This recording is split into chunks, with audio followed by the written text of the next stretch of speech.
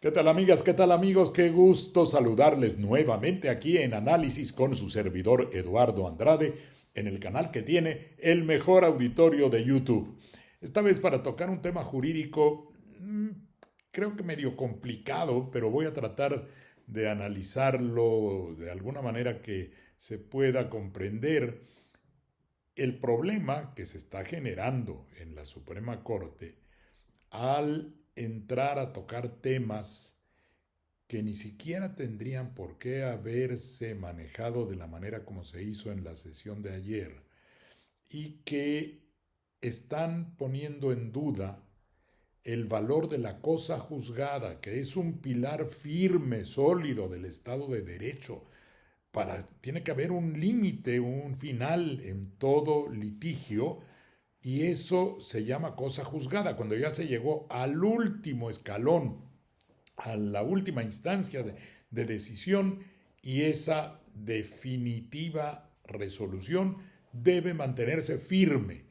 Cada vez, como ocurrió en esta sesión que voy a comentar, que se pone en entredicho la cosa juzgada, que se puede pensar que todo lo ya definido en las resoluciones firmes de los tribunales, por supuesto el más importante, la Suprema Corte, puede ser revisado de nueva cuenta, estamos convirtiendo el sistema jurídico en un pantano. Y eso es muy delicado para la percepción pública. Uno esperaba que en esta Suprema Corte renovada no ocurrieran esos desfasamientos como el que se vio ayer, pero vemos con cierta preocupación que parece insistirse en algunos momentos en que se deforme el sentido básico de las resoluciones jurídicas y que pueda ponerse en duda el valor de la cosa juzgada. Ya se me han dicho muchas veces en los comentarios de los miles de suscriptores que afortunadamente tenemos en este canal, que cómo se va a avalar si una sentencia se obtiene de manera indebida. No es que se avale. Existen medios distintos a ponerse a revisar los resultados de las sentencias que permiten reparar el daño que puede haberse causado por un fraude cometido durante un proceso que da lugar a una sentencia que indebidamente quedó firme, pero que puede combatirse, por ejemplo, acusando al delincuente que haya falsificado algún documento para obtener esa sentencia, o si la situación afectó a un tercero que no sabía ni siquiera que se le estaba afectando con una resolución. El amparo indirecto sirve para eso. Están los métodos que permitan resolver situaciones en las que de manera indebida, fraudulenta, tramposa, se haya obtenido una resolución judicial. Pero lo que no hay que hacer, y eso ya lo dijo la Suprema Corte también en una declaración que hicieron, en un boletín que se emitió cuando en una circunstancia previa esto se puso en duda, dijo la Corte, no, las sentencias firmes, la cosa juzgada no debe ponerse en riesgo. Bueno, ese es el marco general del asunto, pero ¿cómo fue concretamente la disputa que se dio jurídicamente ahí al interior de la Corte con motivo de una consulta? Y aquí vamos a empezar también a desglosar aspectos que pues generan circunstancias dudosas, pero provienen de la propia ley. La ley orgánica del Poder Judicial de la Federación faculta al presidente de la Suprema Corte para que cuando tiene duda, si no sabe qué hacer con algún trámite, algún asunto que le llegó y no sabe cómo se le debe manejar o piensa que es muy trascendente, puede pedirle al Pleno, hacerle una consulta sobre qué trámite debe dar al asunto. Y aquí yo no sé por qué el presidente hace una consulta sobre algo que era obvio cuál tenía que ser el trámite. ¿En qué consistía la petición? Unos fiscales que no estaban de acuerdo con una decisión de la sala de la Suprema Corte de Justicia, era la primera sala de la Suprema Corte de Justicia, cuando existían salas, planteó la posibilidad de que se revisara, interpuso el recurso de revisión para que el Pleno actual revisara la decisión tomada por la sala cuando esas salas tenían plena capacidad de decisión. Era evidente. No veo por qué, bueno, el presidente de la Corte debería saber que eso es absolutamente improcedente, que ya estaba resuelto el asunto por la sala y que el Pleno no es una autoridad superior a las salas para resolver esas circunstancias.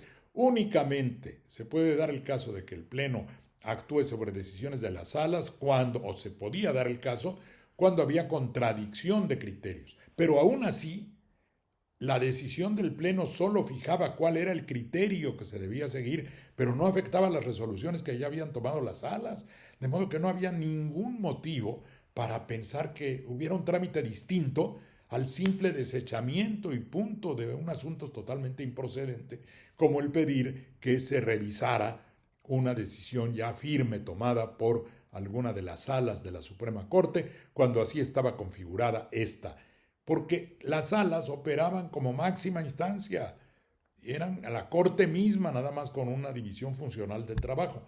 Ahora no existen, pero eso no quiere decir que se ponga en duda lo que resolvieron. Bueno, pues este asunto lo puso en duda, cuando yo creo que la presidencia fácilmente podría haber desechado ese caso y no tenía por qué entrar al Pleno, pero entró. ¿Y qué pasó ahí? El asunto se le turnó a la ministra Lenia Batres y hay que fijarnos muy bien, el asunto consistía en decidir si procedía o no esa revisión. Como era el caso tan evidente, ya lo expliqué, pues el proyecto que presentó la ministra Batres decía que no procedía. Pero metió un párrafo con el número 52 que decía más o menos lo siguiente: esta decisión que deja firme la resolución de la sala, y así se entiende que debe ser de las salas de la Corte que existían antes, no prejuzga sobre el posible criterio que la nueva integración de esta Corte pudiera tomar respecto a situaciones de cosa juzgada fraudulenta. Y ahí es donde prendió la mecha, porque ese es un asunto que en buena medida ya estaba analizado, ya se había dicho, aunque se ha querido dejar ahí todavía el asunto en la sombra, pero en un caso anterior se dijo, oigan, hay criterio ya de la Corte que dice que aunque sí existe una institución jurídica en el ámbito procesal civil que se llama nulidad de juicio concluido y que permite, si se demuestran ciertas condiciones de indebida resolución por alguna trampa, algún truco que se haya hecho, puede llegar a anularse una decisión que ya se ha tomado firmemente. Ahí está esa institución que existe, creo que no debería existir, pero existe, y lo que se ha tratado es de sacarla del ámbito del derecho procesal civil para llevarla a otros asuntos, cuando eso ya también lo resolvió la Corte antes. Si no está estrictamente prevista la posibilidad de una nulidad de juicio concluido, esta no procede, punto. Y en todo caso, si hay en otras materias alguna decisión judicial obtenida fraudulentamente, ya expliqué hace un momento que hay medios para combatir eso y para poder reparar el daño causado por el fraude cometido en un proceso judicial. Bueno, pero al entrar este párrafo, que tampoco tenía que ver con el fondo, no estaba vinculado al análisis de la decisión que se estaba tomando, el hecho es que la mayoría de los ministros, bueno, de hecho todos en principio, dijeron esa es la resolución correcta, ¿no? No procede simplemente la revisión. Pero al manifestar su voluntad apoyando esa parte del proyecto, 7 de ellos, 7, una mayoría amplia, dijeron, oigan, sí, estamos de acuerdo en el fondo ya, que no se puede revisar, pero no estamos de acuerdo con que haya un párrafo que establezca una consideración que va en contra de nuestro pensamiento mayoritario, porque además esas resoluciones, como lo dijo la ministra Esquivel muy claramente, no son producto individual, no son producto personal. Cuando se resuelve un caso, todas las consideraciones, es decir, las razones, los motivos, las explicaciones que se dan para sostener la decisión que se tome, implican un acto colectivo, un acto colegiado, una voluntad común, colegiada, mayoritaria, puede ser unánime, pero basta con que haya una mayoría para que proceda el conjunto de manifestaciones que sostienen una sentencia. Y eso está en el artículo 8 de la Ley Orgánica del Poder Judicial de la Federación. Lo leyó ahí la ministra Esquivel. Aquí hay que decir algo. El artículo 8 trae dos situaciones que dieron lugar a este enfrentamiento de posiciones. Una, la de mayor alcance, donde empieza el artículo, dice: las resoluciones del Pleno de la Suprema Corte de Justicia de la Nación se tomarán por unanimidad o por mayoría de votos, salvo en los casos en que conforme a la Constitución se requiera mayoría de 6 votos, la mayoría calificada para algunos casos, que no era este el asunto que requiriera esa mayoría calificada. Y si lo hubieran requerido, ahí estaba también, porque eran 7 votos en contra de una consideración contenida en la sentencia. Y la sentencia es ese conjunto de determinaciones, o si se quiere, una determinación o varias determinaciones concretas, pero avaladas o sostenidas por un conjunto de razones y de motivos que le den valor, le den sentido, le den soporte a la decisión que se toma. Y esa parte, todo ese conjunto de consideraciones, debe también estar avalado por la mayoría. Porque además, en muchos casos, que yo pienso que este no, porque no es ni siquiera una sentencia específica, porque el asunto es la resolución de una consulta, ni siquiera hay una litis, no hay un pleito, no hay un conflicto entre dos partes, no hay un derecho a determinar. Simplemente es una manera de atender un trámite y decirle al presidente: bueno, si tenías duda, esta es la manera de resolverlo, recházalo, punto, se acabó. No puede revisarse una sentencia de las salas que existían antes. Pero, ¿qué dice la parte final del artículo 8? Que era el argumento de la ministra Batres. Dice: siempre que un ministro o ministra disintiere de la mayoría o estando de acuerdo con ella tuviera consideraciones distintas o adicionales a las que motivaron la resolución, podrá formular voto particular o concurrente respectivamente, el cual se insertará al final de la ejecutoria respectiva si fuere presentado dentro de los 5 días siguientes, etc., a la fecha del acuerdo. ¿Cuál era el argumento ahí? Es que tienen la posibilidad esos ministros y ministras que no están de acuerdo con este párrafo en presentar un voto concurrente, diciendo que no están de acuerdo. Así ha pasado muchas veces, dijo la ministra Batres. Sí, nada más que cuando ha habido estas diferencias, que son bastante frecuentes y a veces a mí me parecen hasta excesivas, ¿no? Que algún ministro dice: pues sí, estoy de acuerdo con el fondo, pero en el párrafo 8 y en el 12 y en el 23, ahí no tengo coincidencias. A veces se me hace que se exagera en eso, porque si hay una resolución de fondo y solo hay un posicionamiento específico de un ministro, pues lo puede hacer valer a través de estas mecánicas. La diferencia, ustedes lo saben. El voto particular es cuando un ministro o ministra dice: yo no estoy de acuerdo con la resolución, no estoy de acuerdo con lo que se está resolviendo. Vamos a suponer que alguno hubiera dicho: no, yo sí creo que es revisable. Nadie lo dijo. Pero vamos a suponer que alguno pensara totalmente en contra de la resolución. Entonces puede presentar un voto particular, se llama. Y hay votos particulares muy importantes, hasta en la historia los hay. El amparo proviene originalmente de un voto particular, pero ese no es el tema. el día de hoy. Eso es de 1842. Un día valdría la pena analizarlo. Bueno, ¿y el otro qué es un voto concurrente? Es, sí estoy de acuerdo con el fondo, con lo que se está resolviendo, pero no con las razones que se dan. Creo que hay otras, o creo que hay adicionales que se pueden poner. Bien, cuando esta posición es personal de cada una de las ministras o ministros, hasta se recoge cuando el secretario de Acuerdos dice se aprobó por 7 votos a favor, que el ministro fulano no estuvo de acuerdo con el párrafo 8 y el ministro sutano no estuvo de acuerdo con el párrafo 3, etcétera. Ok, bueno, ya ahí se queda constancia, incluso pueden no presentar, a veces anuncian, muchas anuncian voto concurrente, pero otras no, y ya ahí queda.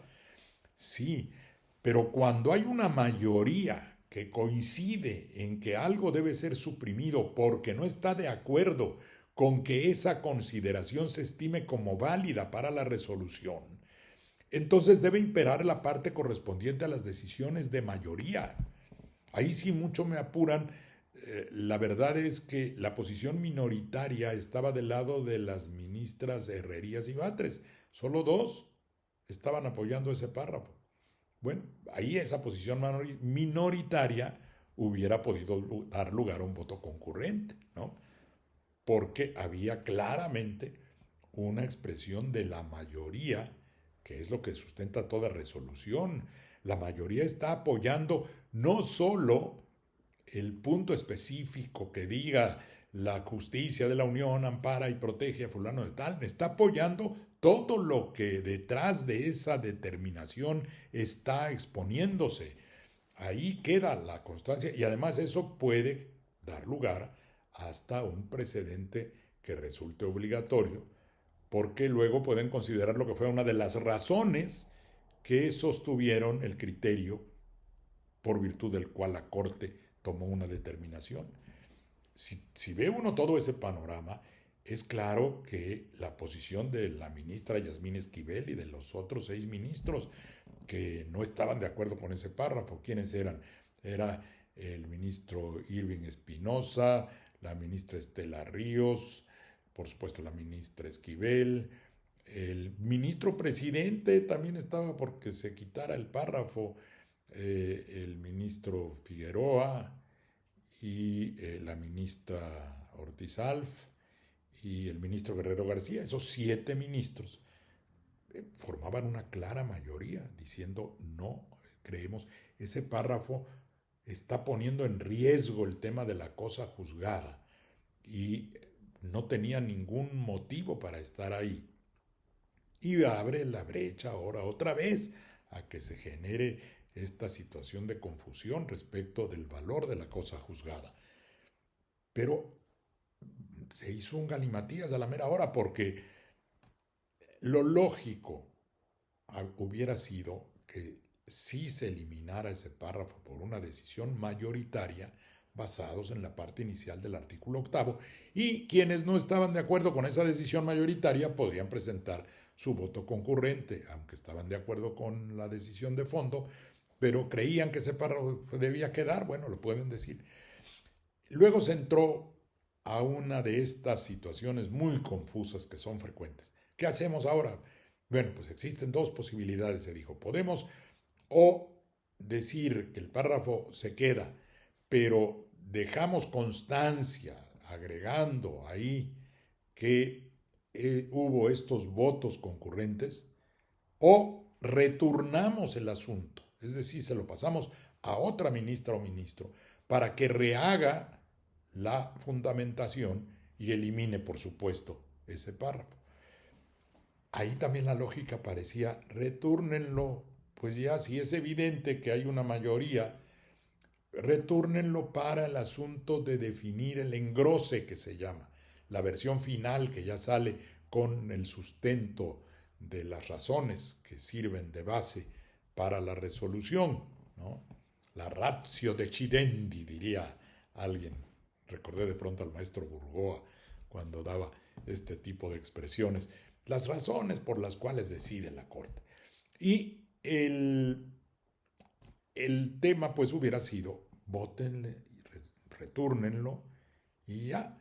Pero como estaban las dos propuestas, resultó que se dividieron los ministros y ministras que no estaban de acuerdo. Y algunos dijeron, bueno, pues está bien que si ya se va a poner ahí, se queda el párrafo, pero se va a poner la opinión de los otros como voto concurrente, 7 votos concurrentes, hágame favor. Bueno, pues eso puede quedar así. Eso ya hubiera quedado de todas maneras como está previsto en el artículo 8. Pues ahí tienen que ir juntos o tienen que ir pegados o adicionados los votos concurrentes o particulares, pero eso dejaba viva la expresión de todas maneras del párrafo ese 52 y quedaba vigente la idea de que la Corte no ha decidido plenamente sobre cuál es su criterio sobre la cosa juzgada. Como no hubo mayoría para retornar, pues así quedó ese asunto otra vez en el limbo, porque lo que decidieron no es más que lo que finalmente dice la propia ley orgánica del Poder Judicial de la Federación. Se quedó una consideración, un concepto que no está avalado por la mayoría, sino estaba rechazado por 7 de los ministros y ministras, pero ahí quedó. Y eso deja abierta la posibilidad a que se siga manoseando indebidamente el tema de la cosa juzgada. Es todo por hoy. Muchas gracias por su atención y hasta la próxima.